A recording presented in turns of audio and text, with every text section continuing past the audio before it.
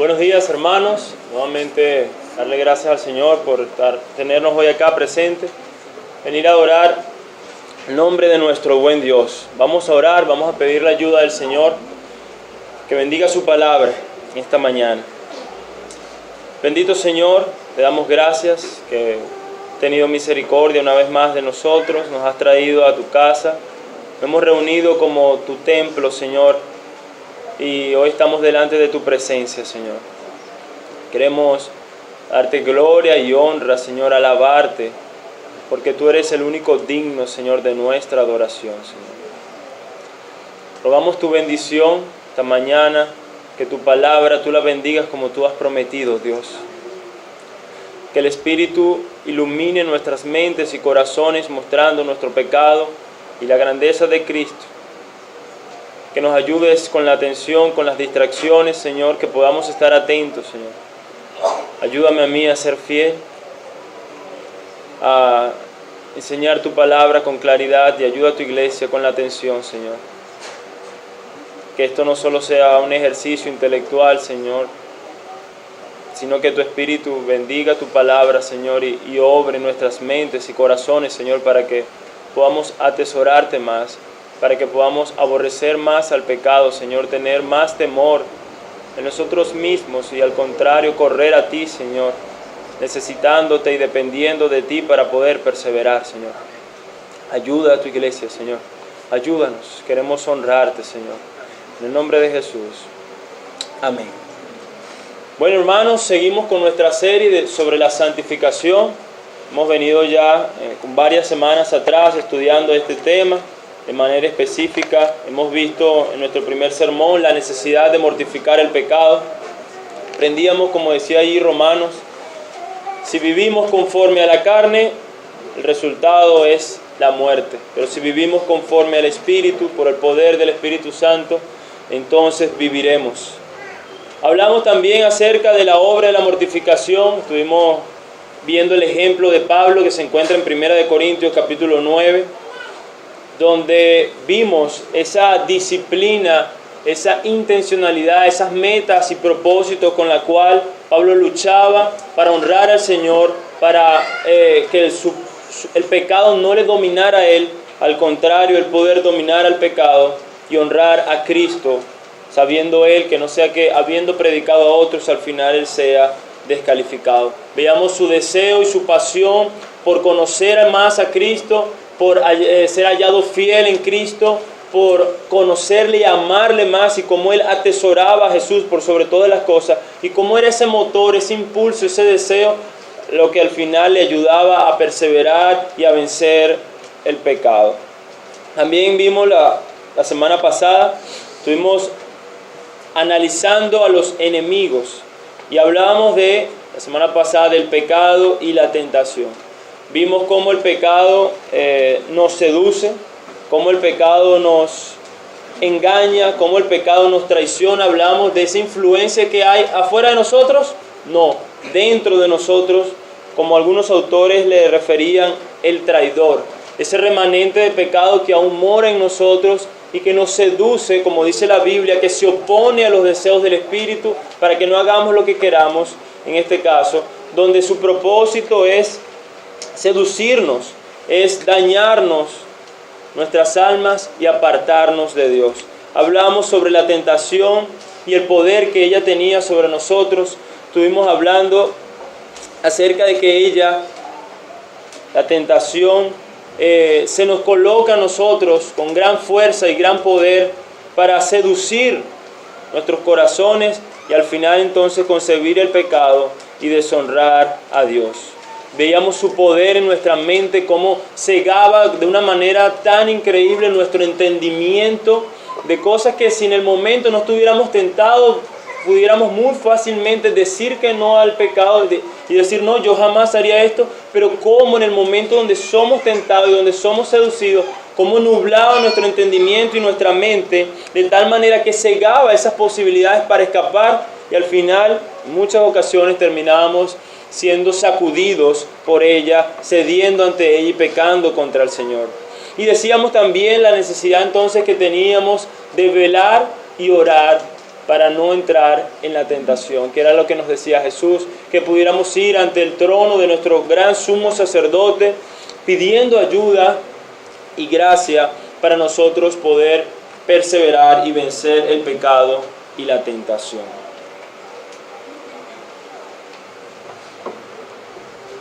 Hoy, Dios mediante, seguiremos analizando a los enemigos. Y la semana pasada estuvimos hablando del pecado y la tentación, y hoy estaremos hablando acerca del mundo. Este es un tema muy amplio, pero espero poder abarcar los principios esenciales para que podamos identificar claramente lo que es el mundo, cómo Él opera en nosotros, cuál es su poder sobre nosotros, y de tal manera que conociendo eso nosotros podamos batallar más eficazmente contra el pecado. Poder nosotros no vivir para complacer al mundo, sino al contrario, oponernos a ellos y poder entonces glorificar a Dios. Amén. Quisiera que vayamos a 1 de Juan capítulo 2, versículo 15 al 17. 1 de Juan capítulo 2, versículo 15 al 17.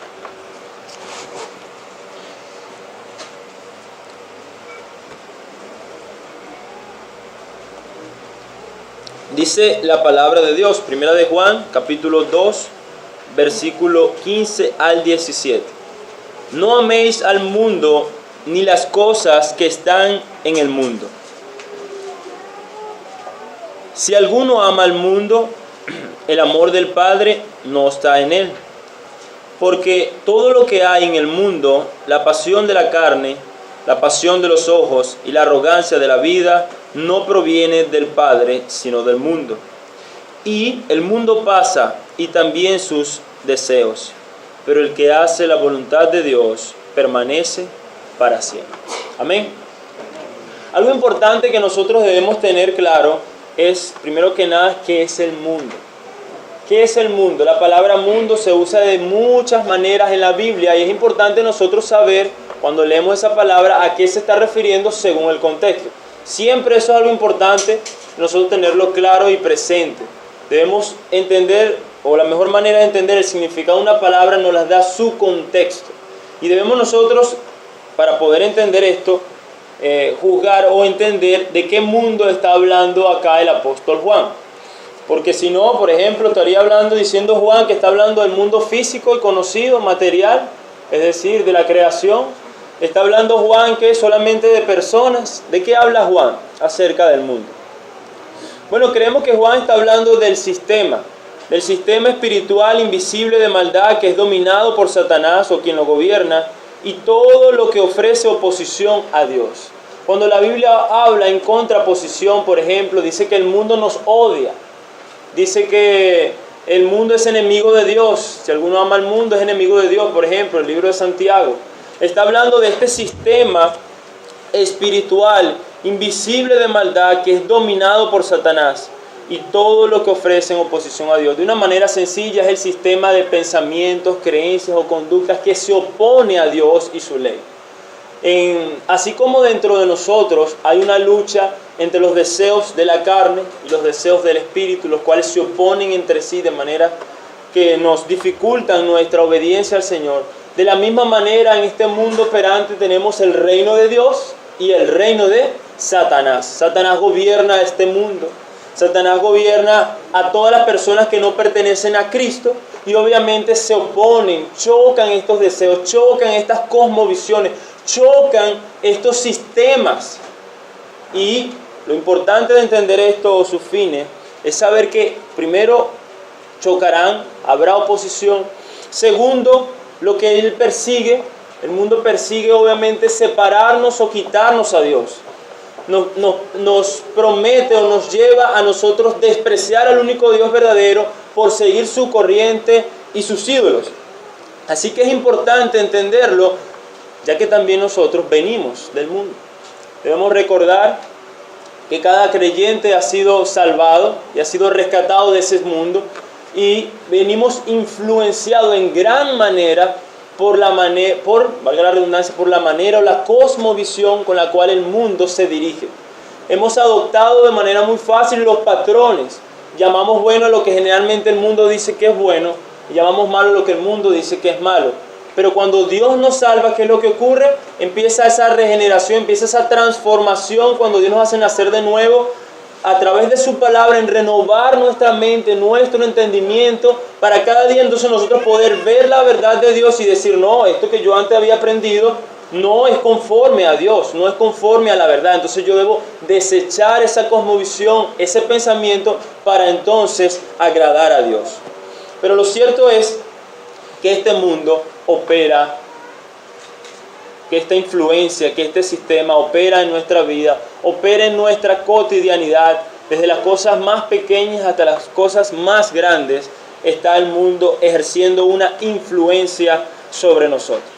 Ahora, ¿qué nos dice entonces el texto bíblico con respecto al mundo? ¿Qué nos manda a hacer con respecto al mundo?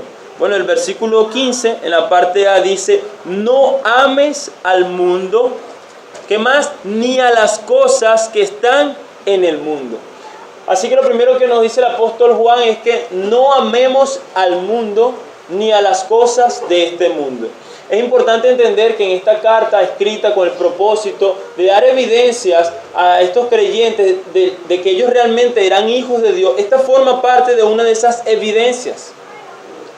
Y el apóstol Juan contrasta el amor de manera positiva que deben tener los creyentes, es decir, deberían amar a Dios, si alguno, y amar a ¿qué? A sus hermanos en la carta, y a su vez, imitando el carácter de Dios, entonces nosotros debíamos aborrecer lo que Dios aborrece, en este caso, este sistema pecaminoso o el mundo. Así que alguien que se profesara cristiano, pero su vida evidenciara un amor a este sistema, obviamente estaría entonces dando evidencia de no conocer al Señor, como veremos más adelante. Así que amar, el mandamiento es no amar al mundo ni las cosas que están en este mundo. Ahora, ¿qué implica amar? ¿Qué está hablando él de amar?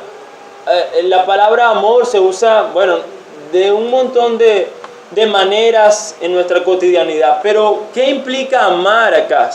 Bueno, nosotros creemos que implica el afecto, el deseo, el valor que nosotros le damos a lo que este mundo nos ofrece o sistema. Es decir, ¿cómo atesoramos estos valores? ¿Qué tanto nosotros apreciamos y estamos dispuestos a vivir conforme a ese sistema? Entonces él dice, si alguien que profesa ser creyente, ama, atesora, coloca como muy valioso esto por encima de Dios, entonces él obviamente no está mostrando que es un hijo de Dios. Al contrario, estaría dando evidencia de lo contrario.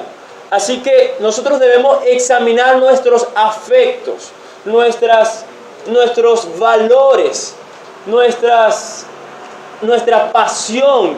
¿Qué es lo que más amamos? ¿Qué es lo que más nos deleitamos? ¿En qué es lo que más disfrutamos? Y allí nos pudiera ayudarnos a ver qué tanta influencia hay del mundo en nosotros. Si nuestro mayor deleite y gozo y tesoro es Cristo y su reino, o si hay otras cosas que están compitiendo en nuestro corazón para ocupar ese lugar del Señor. Sigue diciendo, y hagamos otra pregunta. ¿Por qué? La razón, ¿por qué no debo amar al mundo ni a sus cosas? ¿Por qué?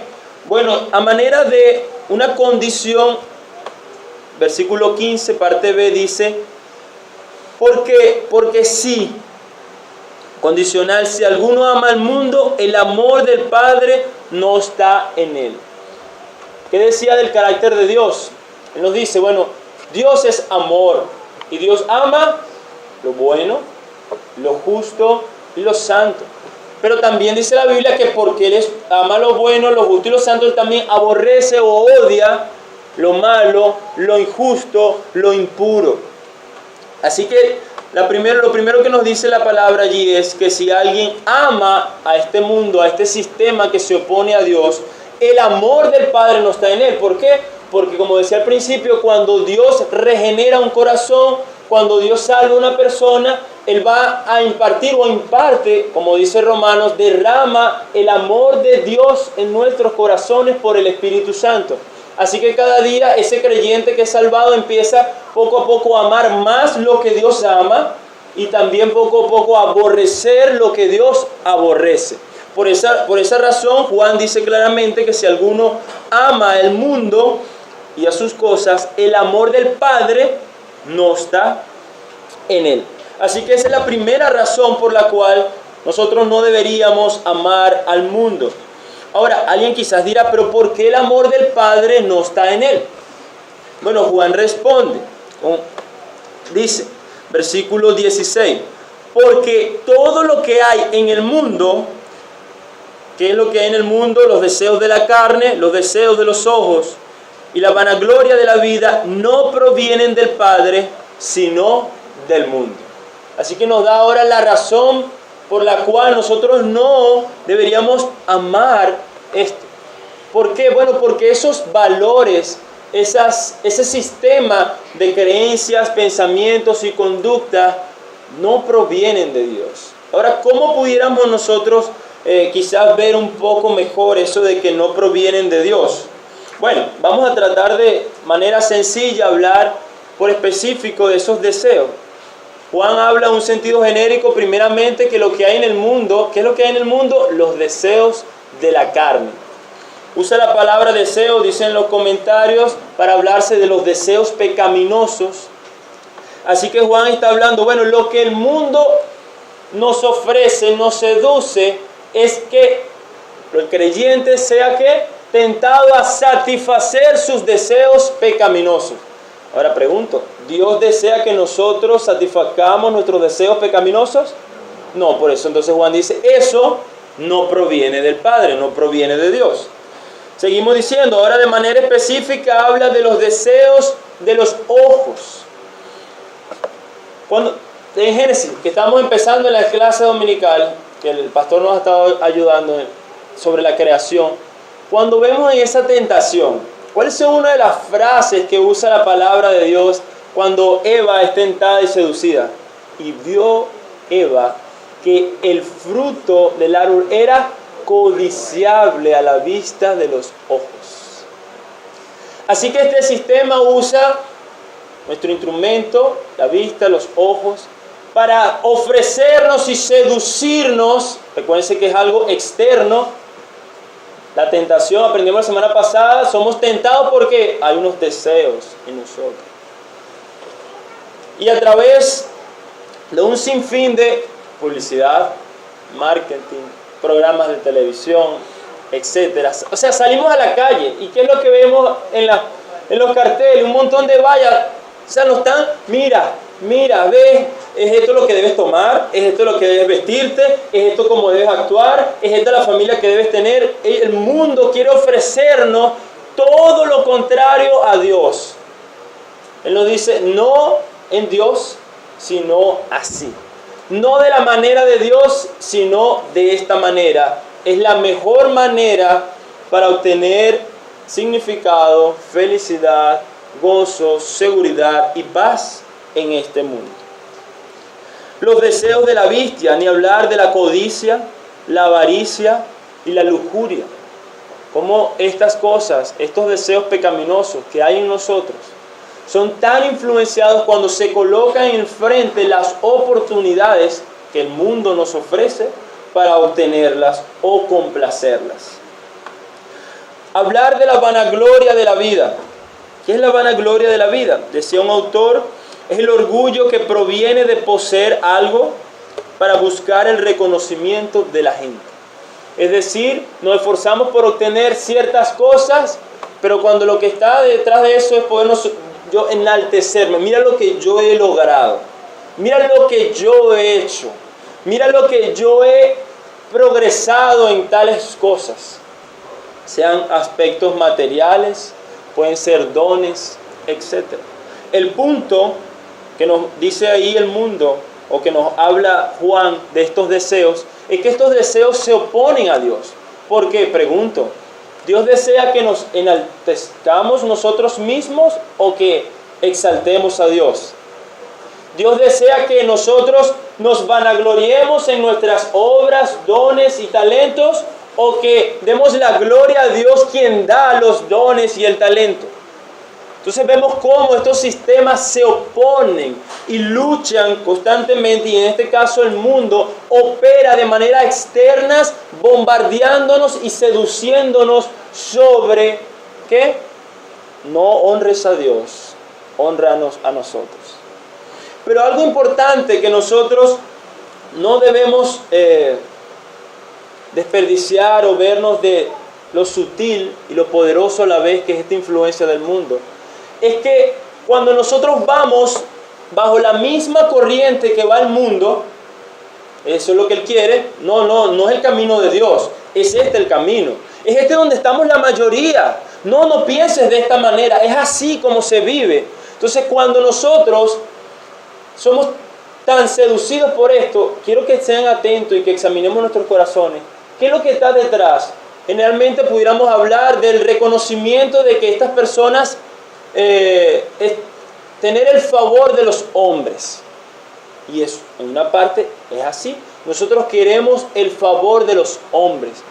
Por un lado, queremos complacerlos a ellos, y obviamente en el sentido negativo, por otro lado, no queremos disgustar al sistema o al mundo. Y esa influencia opera grandemente en el mundo en general y en nosotros también.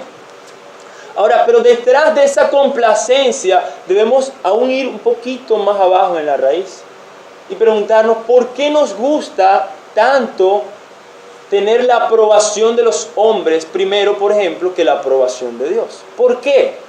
Bueno, sencillo.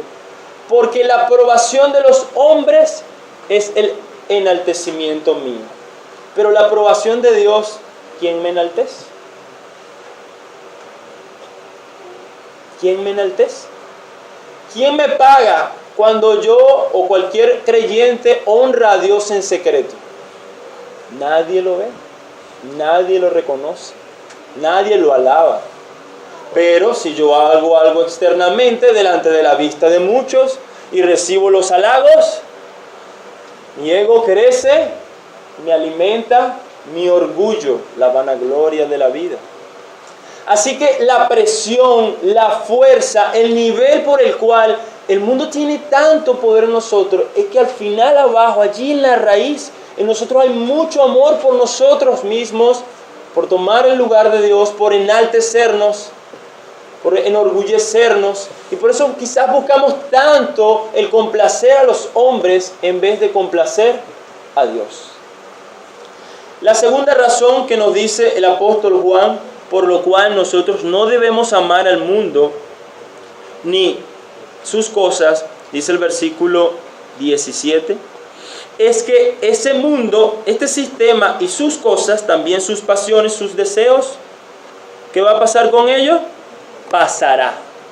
¿Qué quiere decir eso? Terminará, se acabará.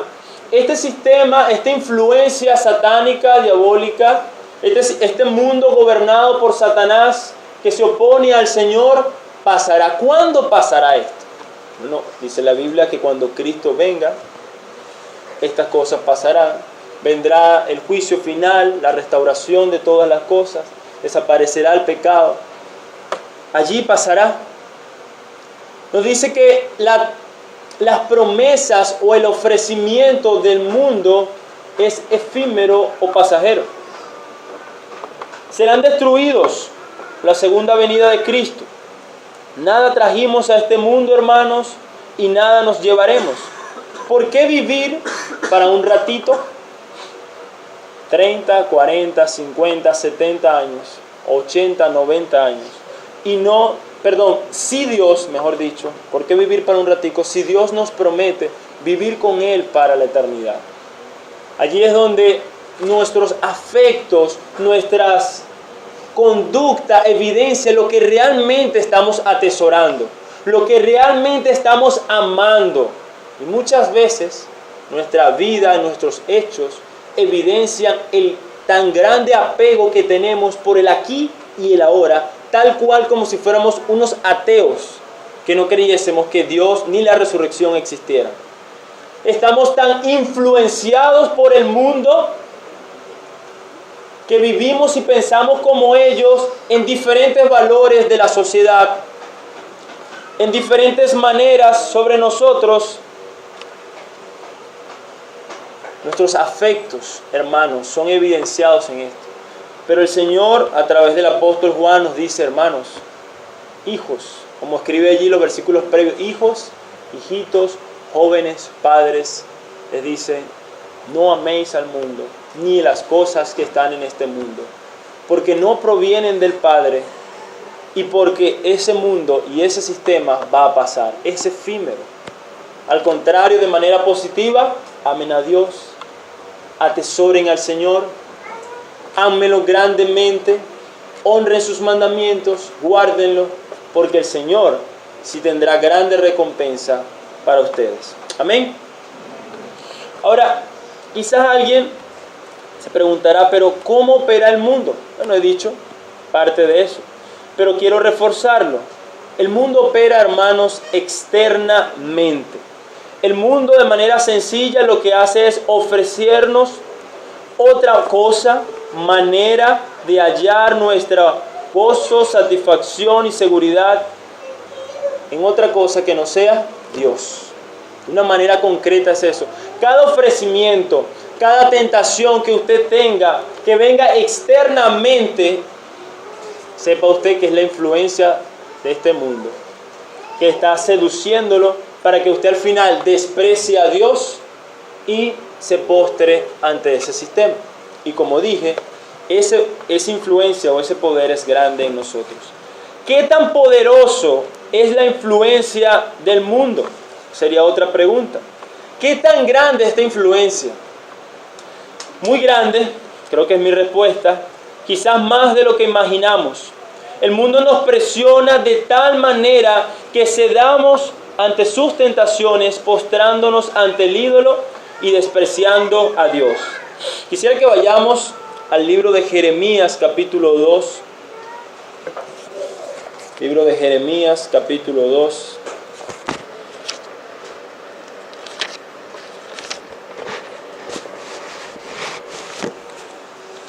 Versículo 13.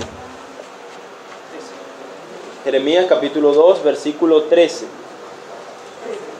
13, sí. Jeremías capítulo 2, versículo 13.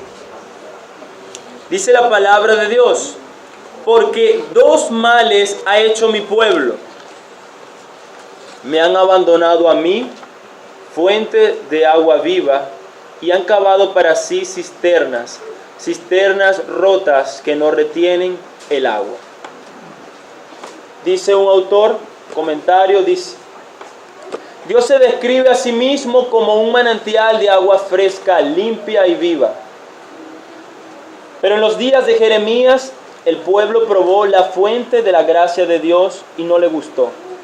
Así que pusieron su energía en la búsqueda de un agua mejor, de agua que le trajera satisfacción. No solo Dios llamó a este esfuerzo vano cisternas rotas que no retienen agua, sino que lo llamó mal. Dos males ha hecho mi pueblo. Pusieron la perfección de Dios en la lengua de su alma y no les gustó lo que probaron. Entonces se volvieron y desearon las cisternas mortíferas del mundo. Este doble insulto a Dios es la esencia del mal. Así que preferir los placeres del dinero, el poder, la fama o el sexo por sobre las delicias a la diestra de Dios es un gran mal. Estimar a Dios menos que cualquier otra cosa es la esencia del mal.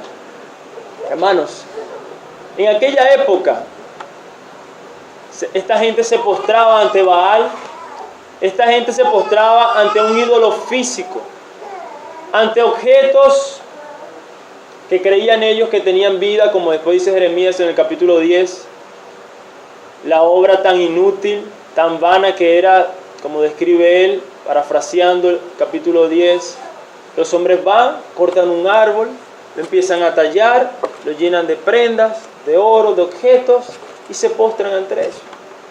Tienen ojos y no ven, tienen oídos y no oyen. En ellos no hay vida, no hay poder, pero así de vano. y nosotros pudiéramos decirlo tan fácil y lo vemos externamente. O sea, ¿cómo alguien se va a postrar ante un objeto y creer que ese objeto tiene un poder para hacerle algo? Y para nosotros sería con gran fervor ver que alguno de nosotros, por ejemplo, lo viéramos en un culto a Santa Bárbara, postrándose ante ese ídolo. Nosotros veríamos a alguien entre nosotros haciendo eso y nos desgarraríamos las vestiduras. Pero lo cierto es que cada uno de nosotros hay ídolos en nuestro corazón, donde aunque no nos postramos ante una imagen física, nos postramos ante algunos deseos, posesiones, valores familiares o la familia. ¿Por qué creen que Jesús dijo, si alguno ama a padre, madre, más que a mí, no es digno de mí? ¿Qué reclama el primer mandamiento? Amarás al Señor tu Dios con todo tu corazón, toda tu alma, toda tu mente y toda tu fuerza. Ese era el resumen. ¿Qué reclama Dios? Si yo soy Dios, yo soy el ser más digno de ser amado y atesorado sobre el universo. Si alguien ama a Dios más que a Él, si alguien ama otra cosa más que a Él, ahí está el ¿qué? Idolatrando. Jesús, siendo el Hijo de Dios, reclamando su deidad, dice que si alguno quiere venir a Cristo, no puede amar a su familia más que a Él. ¿Qué está haciendo Jesús? Colocando su lugar. ¿Qué nos evidencia Jesús? Que nosotros los hombres podemos idolatrar a la familia, por ejemplo. Podemos amarla de tal manera que si nuestra familia nos dice A, pero Dios nos dice B, por la complacencia de los hombres, no, que voy a tener un problema con mi papá, ¿cómo yo le voy a hacer eso? Pero es que Dios te dice eso. No, pero imagínate, o sea, es mi papá, tengo que honrarlo, deshonro a Dios, pero honro a mi papá. ¿Por qué? Porque estoy amando más a mi familia que a Jesús. Y así, hermanos, muchas situaciones y ejemplos que podemos hablar. Fíjense la presión, el poder que tiene la influencia del mundo en nosotros.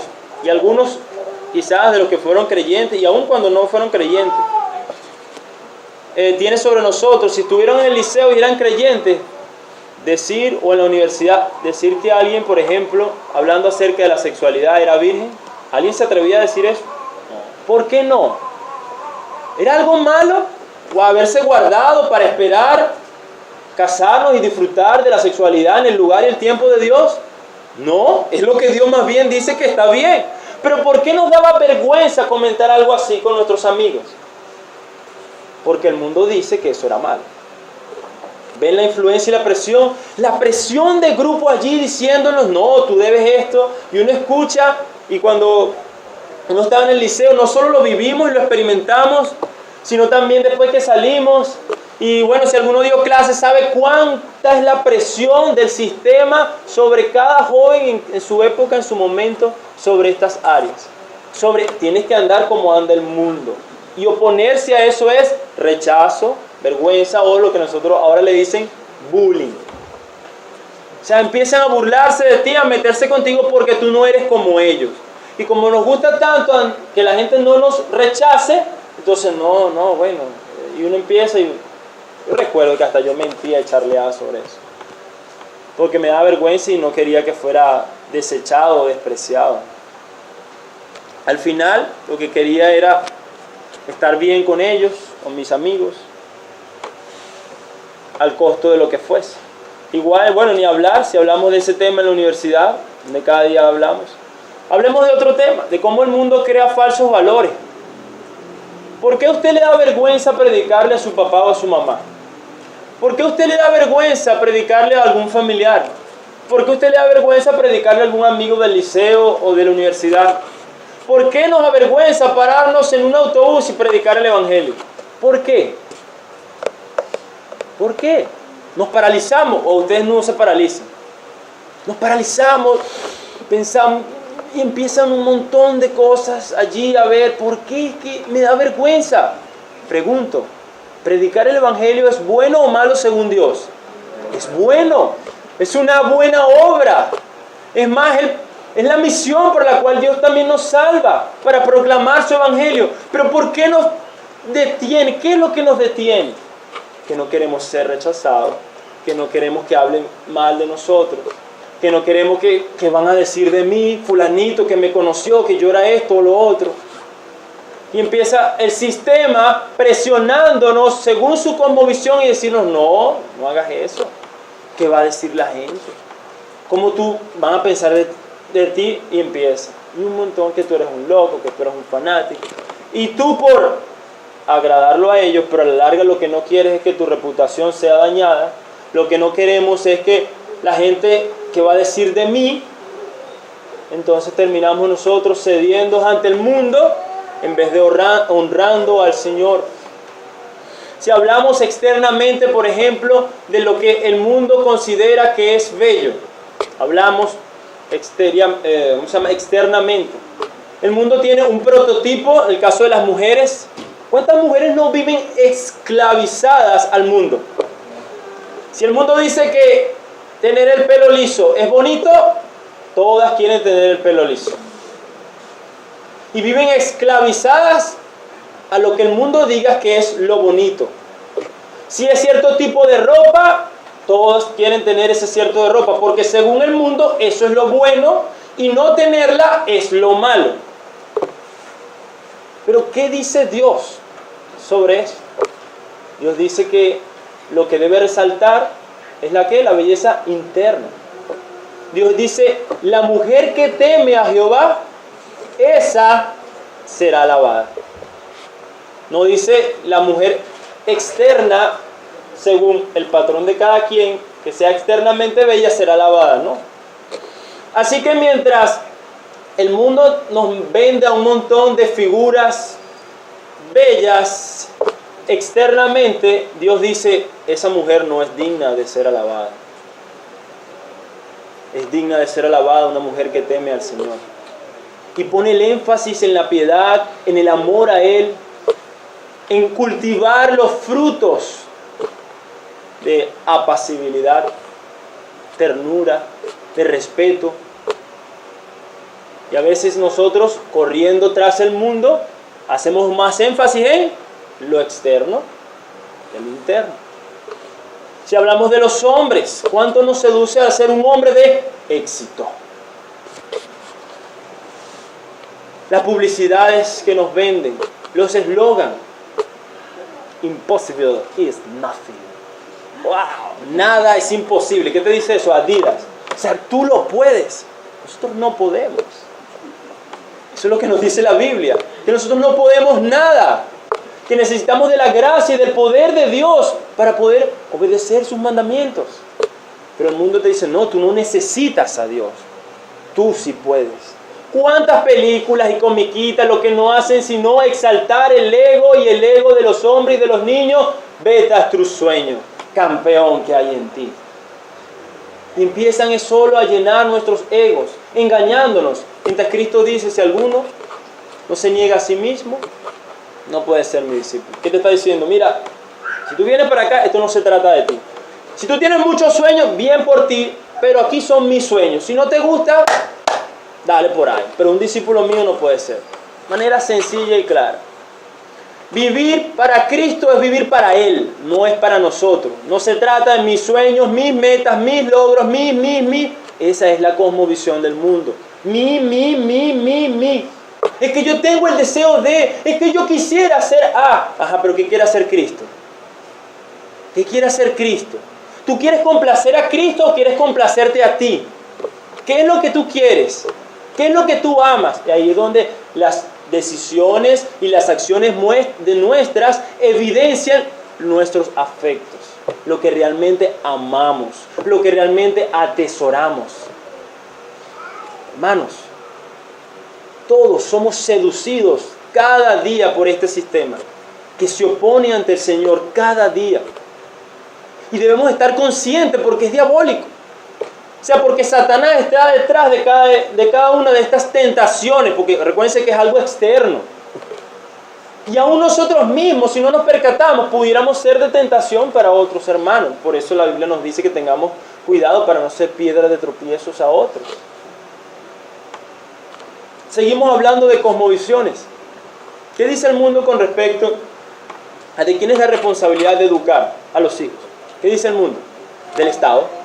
El Estado debe educar a mis hijos. ¿Qué dice Dios? Somos nosotros. La responsabilidad de la educación es nuestra. Y así, como decía, las metas de los hombres, de ser un hombre de éxito, de progresar, ¿para qué? Para que puedas tener significado en tu vida. Para que puedas sentirte orgulloso. Para que otros vean el poder que tú has tenido o que lo que has logrado. O el imperio, como dice la gente, que has obtenido. Hermano, esta es una influencia real, constante, día tras día. Películas, programas, noticias, todo, hermano. Ni hablar del sueño americano.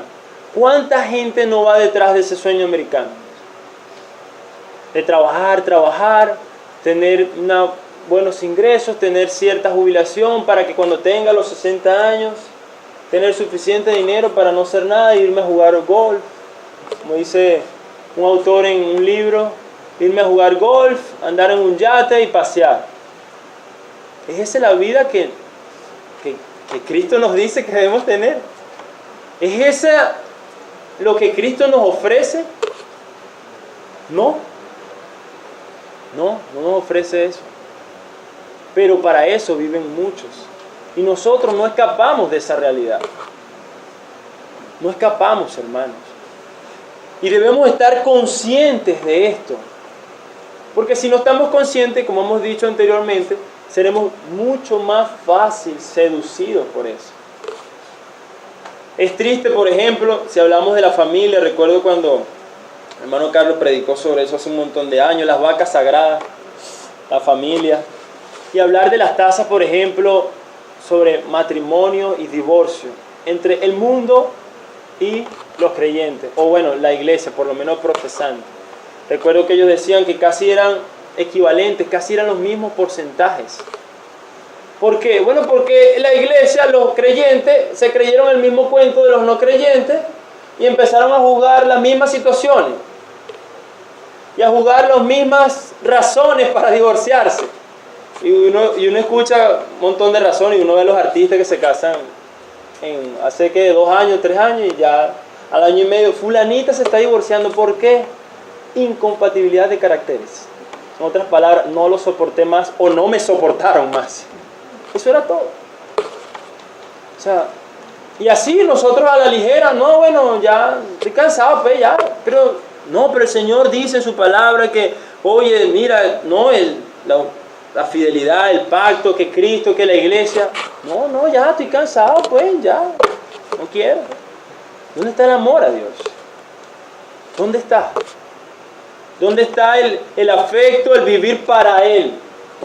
El atesorar a Cristo por encima de todas las cosas. ¿Dónde está? No, lo que hay es más amor a mí, a mis complacencias, que agradar al Señor. De manera resumida, quizá todo esto que hemos hablado, quisiera que podamos tener en cuenta que este sistema nos seduce a despreciar a Dios, que busca separarnos de Él, que nos engaña ofreciéndonos agua viva, pero que nos da cisternas rotas, que no retienen agua. Desea que te postres ante un ídolo, te exaltas a ti mismo. Su pasión o su presión, mejor dicho, su presión es muy grande. Y si te descuidas, al final perecerás, amando más a este mundo que a Jesús. La parábola del sembrador y la semilla, una de las semillas que dice que cayó en una tierra de espinos, y dice que los afanes de este mundo y las riquezas de la vida, que dice, ahogaron la semilla y no dio fruto. Esto es lo que pasa con muchos de nosotros, ahogados en este sistema, ahogados en los afanes de este mundo, no hay fruto. Y sin fruto, recuérdense, seremos cortados, dice. Decía Juan el Bautista, que el hacha estaba puesta ahí a la raíz y quien no diera fruto sería cortado. Hermanos, ¿alguien ha visto aquí los programas American Got Talent? ¿Alguien lo ha visto? Yo quisiera que lo vieran. ¿Saben para qué? Para que vieran el nivel de idolatría, de amor, de lo que es un sueño, de lo que es experimentar para ellos lo más grande que hay en su vida. Usted escucha a esas personas como que si tuvieran a Dios al frente de ellos, llorando con una pasión. No, porque esto es todo lo que yo he soñado en mi vida, pararme ante el escenario más grande de este mundo y cantar y recibir la gloria de los hombres. Eso es todo. Eso es todo el programa. Recibir la gloria de los hombres. Y lloran. O sea, una cosa, vea las expresiones que muestran la pasión, el afecto y el deseo con lo cual ellos hacen esas acciones. Y te narran una historia antes de cada presentación, así como una mini historia. No, que yo hice esto y yo estuve en lo otro, hice estos sacrificios y todo, para hoy estar aquí y que el público me escuche. Y si un juez que ellos consideran que es una opinión muy valiosa los alaba, se lloran ahí mismo. Náguara, que fulanito me diga estas grandes cosas, es eso para mí. Y uno se queda, o sea, pero evidencia su Dios. Tú lo escuchas esa frase. No, yo no es que canto, la música es mi estilo de vida. Es tu Dios.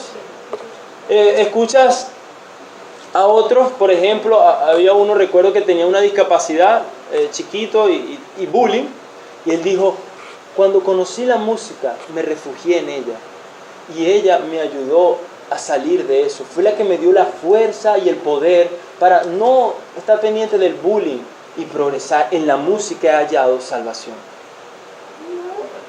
Bueno, ¿qué es eso? Es un término de idolatría. Escuché que a un coro, hay ahí que un coro cristiano que canta gospel, y yo le decía a mi esposa, fíjate que no pueden ser cristianos, porque cuando en el programa le dan oportunidades que yo digo, no, ahora si yo estuviera ahí y fuera cristiano, es una oportunidad grandísima de testificar a Cristo, pero tú los ves y ¿por qué están aquí? O ¿cómo lograron todo eso? Bueno, lo que he aprendido en todo esto es el poder que hay en nosotros. Cree en ti mismo y verás mira cómo estamos nosotros y yo. Era tan fácil decir, por la gracia de Dios, hoy estamos aquí y Él nos ha dado este talento y podemos hacer esto. Pero no, ellos no quieren glorificar a Cristo, ellos quieren la gloria para ellos. Por eso están allí, por eso quieren complacer a los hombres. Y así, hermanos, esta es la realidad del día a día de nosotros. Por eso pregunto, por eso es importante que nos analicemos y veamos qué es eso por lo cual nosotros sí lloraríamos. Como le decía una hermana, ¿qué es algo por lo cual tú pudieras hacer siempre, siempre, siempre sin que nunca te paguen? Porque cuando nosotros somos capaces de hacer eso, allí hay algo que nos amamos, algo que atesoramos. Que no importa la recompensa, pero yo deseo hacer eso porque me gusta. Porque me gusta. Y empieza uno, ahora pudiéramos hacer la pregunta contrariamente. ¿Qué es lo que, si a mí me quitarían, me pudiera llevar a la depresión? También nos muestra los afectos. Mano, en la situación que nosotros estamos como país, no podemos negar la realidad y cómo somos seducidos de la depresión, como decía el hermano Andrés, por esta situación económica. Pero debemos tener mucho cuidado con que nuestro amor y nuestro afecto sea eso. Porque entonces si tenemos bonanza, gloria a Dios, aleluya, el Señor es bueno y fiel. Ay, si no la tenemos, no es el mismo Señor fiel, no es el mismo Señor y no debemos glorificarlo. Muestra nuestros afectos, muestra lo que amamos y lo que atesoramos. El mundo, una gran influencia, hermanos, sobre nosotros. Por tanto, debido a todo lo que hemos hablado del poder de Él, de la presión, de su propósito de desviarnos de Dios y de apartarnos del Señor y postrarnos ante los ídolos, por tanto, hermanos, algunas recomendaciones que nos ayudarán a nosotros batallar eficazmente contra el pecado. Primero que nada debemos identificar el ídolo en nuestro corazón. Repito, si no lo identificamos, ¿contra qué luchamos? Entonces estaríamos, y ya vimos que no era bueno, como Pablo, él decía, yo no estoy dando golpes al aire, pero si nosotros lo identificamos, lo con que vamos a batallar, entonces estaríamos dando golpes al aire. Entonces es necesario nosotros rogar al Señor que nos ayude a mostrarnos esos ídolos, esa influencia en la cual nosotros somos tan seducidos por el mundo que nos lleve a apartarnos de Dios. ¿Para qué? Obviamente para matarlos, para estar consciente y batallar intencionalmente contra ella. Debemos identificar en qué áreas de nuestra vida el mundo nos influencia más.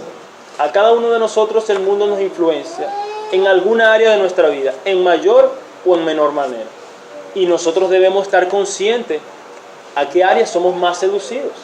Algunos son más seducidos, por ejemplo, a vivir para trabajar, para acumular riquezas. Otros para eso ni le paran. Otros son más seducidos en el área de la sexualidad. Otros son más seducidos el amor a la familia. ¿No han escuchado esa frase que la dicen todo familiar? La familia es lo más importante. Dios dice, no, Dios es lo más importante. Al final la familia, por causa de Cristo, dice Jesús, y si llega una persecución, dice, la familia te va a traicionar, te va a entregar y te va a despreciar. Ella no va a estar dispuesta a morir por ti, ni a sacrificarte por ti, porque ella te va a decir, tú eres un loco fanático, que estás dispuesto a morir por un tal Jesús del cual yo no creo. La familia no es lo más importante. Somos seducidos por esas cosas. Hermanos, ¿qué más debemos hacer? Bueno, aprendíamos la semana pasada, velar y orar. Jesús nos lo dijo. ¿Para qué? Para que no entremos en tentación. Si el mundo es la influencia externa que nos seduce, eso es una tentación, entonces yo debo estar consciente para velar. Cuidado, no. Cuando yo lo con fulanito, no, ese lo único que hace es hablar de un sistema X que yo soy seducido, de pensamiento. No, yo mejor, estoy consciente. Tengo que estar mosca porque él siempre me va a llevar para ese lado. Ese es su... Mire, la influencia del mundo puede ser hasta en masas, como por ejemplo ocurrió o viene ocurriendo con los cambios que han habido, quizás algunos dicen de 1960 para acá, con respecto a la sexualidad y el matrimonio gay. Si alguien vio alguna entrevista de Obama, en su primer gobierno dijo, yo estoy en contra de la homosexualidad. Y si no me equivoco, en el segundo gobierno, él mismo promovió que se casaran los homosexuales y se aprobó en todos Estados Unidos. ¿Qué pasó? La influencia. El mundo ejerce una presión sobre nosotros. Puede cambiar nuestras perspectivas de la vida. Nos presiona y nosotros debemos velar, debemos estar conscientes, cuidarnos para que no nos dañe y no nos haga despreciar a Dios. Debemos orar. La oración, como decíamos la semana pasada, es la evidencia de que necesitamos de Cristo, de que no es algo en nosotros, de que no es una fuerza en nosotros, no, es el poder que Dios nos ha dado por el Espíritu Santo para tener temor, para estar apercibidos, para clamar a Él por gracia y misericordia. Otro aspecto que no debemos despreciar es la importancia del estudio de la palabra de Dios para que podamos hacerla más profundamente, y de esa manera nos ayudará a renovar nuestro entendimiento para que podamos resistir la influencia del mundo. Si nosotros somos ignorantes de la palabra de Dios, si nosotros no conocemos cuál es la voluntad de Dios para diferentes áreas de nuestra vida, ¿cómo podremos nosotros luchar e identificar que mi pensamiento y mi cosmovisión está de acuerdo al mundo y no de acuerdo a Dios? Si yo ni siquiera sé qué es lo que ese Dios pide de mí. Si yo no sé, por ejemplo, qué es lo que es ser un esposo cristiano, obviamente, y yo vengo del mundo, que Dios me puede estar salvando, o Dios me salvó, y ahora profeso la fe. Pero mi entendimiento, mi cosmovisión, es lo que yo aprendí en el mundo. Solo cuando yo entonces conozco la voluntad de Dios, esto es ser un esposo cristiano, yo entonces puedo despreciar al mundo y honrar al Señor. Del resto yo seguiré en el mismo camino. Y así en cada área de nuestras vidas. sobre la cosmovisión de Dios sobre el trabajo, sobre los roles en un matrimonio, un sinfín de cosas. Entonces, la palabra de Dios nos las dio para Él darse a conocer, para Él revelarse a un pueblo, para que le conozcamos, para que conozcamos su ley, para que le amemos y le atesoremos por sobre todas las cosas. Primera de Juan, estamos cerrando, concluyendo. Primera de Juan, capítulo 5, hermanos. Hablemos brevemente para concluir de estas buenas noticias. Primera de Juan, capítulo 5, versículo 1 y versículo 4 y 5. Primera de Juan, capítulo 5, versículo 1 y versículo 4 y 5. Dice la palabra de Dios: todo aquel que cree en Jesús, todo aquel que cree que Jesús es el Cristo, es nacido de Dios. Y todo aquel que ama al Padre, ama al que ha nacido de Él. Versículo 4. Porque todo lo que es nacido de Dios vence al mundo. Y esta es la victoria que ha vencido al mundo, nuestra fe. ¿Y quién es el que vence al mundo sino el que cree que Jesús es el Hijo de Dios? Esas son buenas noticias. Solo aquellos que han nacido de nuevo, solo aquellos que han experimentado su poder transformador, solo aquellos que han confiado, han creído que Jesús es el Cristo, ellos, nosotros, los creyentes, los hijos de Dios, tenemos la certeza, por el poder de Cristo, que venceremos a este sistema. Que este mundo no nos ganará, que sí batallaremos arduamente hasta que Cristo venga o hasta que Él nos lleve a su presencia. Pero tendremos la certeza que Él está con nosotros batallando día tras día. Como decía el libro de los Hebreos, Él es el sumo sacerdote que está intercediendo por nosotros continuamente. ¿Para qué? Para que perseveremos, porque Él es poderoso para salvar a los que por medio de Él se acercan a Dios, por cuanto vive para interceder por ellos. El hecho de que hayamos conocido al Hijo de Dios, que profesemos conocerle, amarle y atesorarle, que Él nos haya salvado, que Él nos haya hecho nacer de nuevo, nos da la esperanza de que aún en medio de esta presión tan grande y fuerte del mundo que nos empuja día tras día a despreciar a Dios, en Él está la roca, en Él está la firmeza y el poder para vencer al mundo. Al mundo, hermanos, son buenas noticias. Meditar, conocerle a Él, es lo que cada día nos dará mayor deseo, gozo y satisfacción para despreciar a este mundo y amar a Cristo. Y vivir la vida que honra a ese Dios que nosotros profesamos, a ese Dios que nosotros cantamos. Y ahora, siempre hablamos eso, mientras más aumenta la maldad, la luz de los hijos de Dios brilla más grandemente. Pero no podemos sucumbir ante la maldad. Al contrario, debemos perseverar para que la luz de Cristo alumbre grandemente. Y como dice en Mateo, nuestras buenas obras, que la gente las vea y glorifique a Dios por nuestras buenas obras. Seamos un instrumento de Dios a través de nuestra vida, de llevar gloria al Señor. ¿Cómo? Despreciando este mundo y amando y atesorando a Cristo por sobre todas las cosas. Amén. Vamos a orar. Bendito Dios, te alabamos, te damos gracias por tu palabra. Señor, cuánto necesitamos de ti. Día tras día, por todos lados nos bombardean y nos bombardean, diciéndonos que tú no existes, que tú eres falso, o que Jesús es solo un hombre y que tal esperanza de la resurrección no existe y es un chiste. Que fuimos creados no por ti, sino que procedemos del mono. Que la ciencia es Dios y no tú. Y tantas verdades que nos presionan y nos presionan para que cada día te despreciemos, Señor. Desde valores familiares, valores culturales, sociales, nos presionan diciéndonos que te despreciemos. y que nos postremos ante cualquier otro ídolo, Señor. Pero tú, Dios, eres poderoso para salvar. Tú nos has salvado y redimido, y tú has dicho que aquel que ha nacido de nuevo vence al mundo, y venceremos a este sistema por tu poder. Tú eres el poderoso de Israel, y el mismo Dios que hizo las maravillas en Egipto, que mató a los primogénitos del faraón de Egipto, es ese mismo Dios que hoy está con nosotros, el Todopoderoso.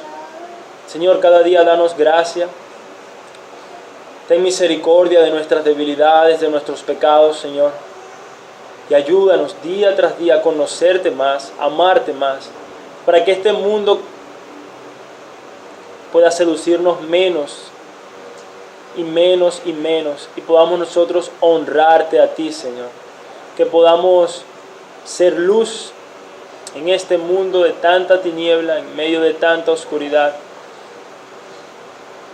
Que nos importe más la recompensa tuya que las recompensas de los hombres, Señor. Ayúdanos a morir a nosotros mismos. Al contrario, que podamos nosotros atesorarte más a ti, tu reino, tus sueños, tu vida. Que podamos decir junto al apóstol Pablo que para nosotros el vivir es Cristo y el morir es ganancia.